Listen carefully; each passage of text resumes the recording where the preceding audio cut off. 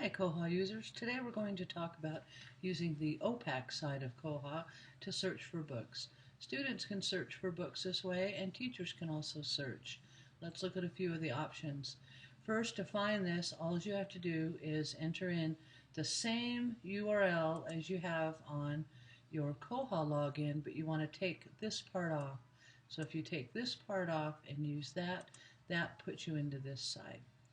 So then this is a search, and you can keep this up on a browser on a screen in your library that kids can just come in and log in to search the library for books. That's about the only feature that they'd have unless they were logged in, and we'll talk about that in just a minute. So we wanted to search the library catalog. We can use this pull down and we can search by any of these features. So we'll just put in trees.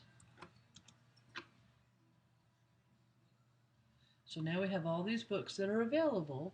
You can also limit it to items that are currently available, so it's not showing you books that are checked out. But you may still want to see books that are checked out if you want to add them to a list or place a hold on them. So you could filter it that way. You could also filter it by some of these other options. Because you see we got quite a few results right here. So say that we wanted to use this one. We want to say apple trees. We look in the information. We can look at the MARC record here. And the information here is what's going to be in the summary from your MARC record. So if it's not filled out in the MARC record, chances are it won't show up much in here. Students could also browse the shelf right here. That they could look and see what other books are on the shelf next to it. If you're logged in as a teacher or a staff member, then you can also save it to your list, or you could add it to your cart. A teacher could use this. They could add it to their cart. So now it's in their cart, just like Amazon if they wanted to shop. And then they go to their cart and they can select the items and they could send it. They could email it to you and just put your email address in there and it'll say, I'd like to check these books out. If that's something that would work for you, then you could check those books out and take them down to that teacher. That is a feature. I haven't seen a lot of use from it. If you do use it, let me know. I'd like to know how you use it. The other option is saving it to your list. Now, I have had some success with teachers who use a particular set of books every year, and they come in the library looking for the same dozen books they used for a poetry unit, and they want those books.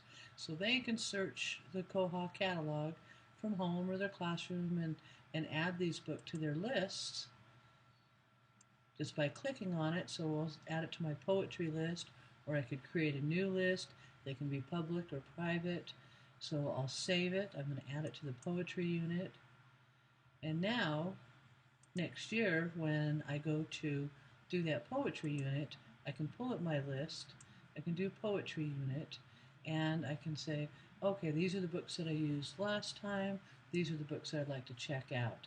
And the same thing, I could print the list. I could place the holds on them. I could send the list to the librarian. I could put them in my cart. I could do quite a few things on them.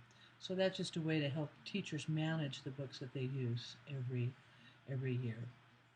So if you want teachers to do this, you're going to have a login for them. And one of the librarians asked me how to do that. So if you go back to your regular Koha circulation side and you click on patrons, and then you enter a patron. I'll type mine in. And I'm not in here, but I'll use this quiz. This is our demo account. So if we come in here, we're going to see the patron details. And right here, this is the OPAC. That's what we call that public side. And the OPAC password.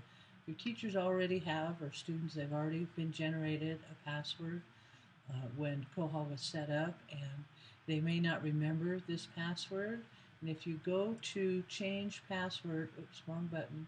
If they go to change password right here, you can enter a new password, but you can't look up what the old one is. So they're probably not going to remember what theirs was. So you may just want to, for certain teachers, to make this easier for them, to go here and hit edit. And then you can come down here and you could enter their first name dot last name, and their password could be their first name, or you could let them choose, but that way it's something that's easy for them to remember because you won't be able to look it up again. So once you've created that OPAC login for them, all they need to do is go back to the OPAC side, and I'll log out so you can see it. So this is what it would look like. They would have to log in right here, and they could log in, and now they're back to having their cart items that are checked out. The same thing, they can look at their lists, they can manage their list, see what books they have, they can look at their reading history. Students can do this as well. I haven't been real successful setting up the student accounts because usually the sync system overrides the passwords and it makes it really difficult. But try this with your teachers and see how it works. Let me know if you have any questions or if you're using this successfully. Appreciate it. Thanks and have a great day.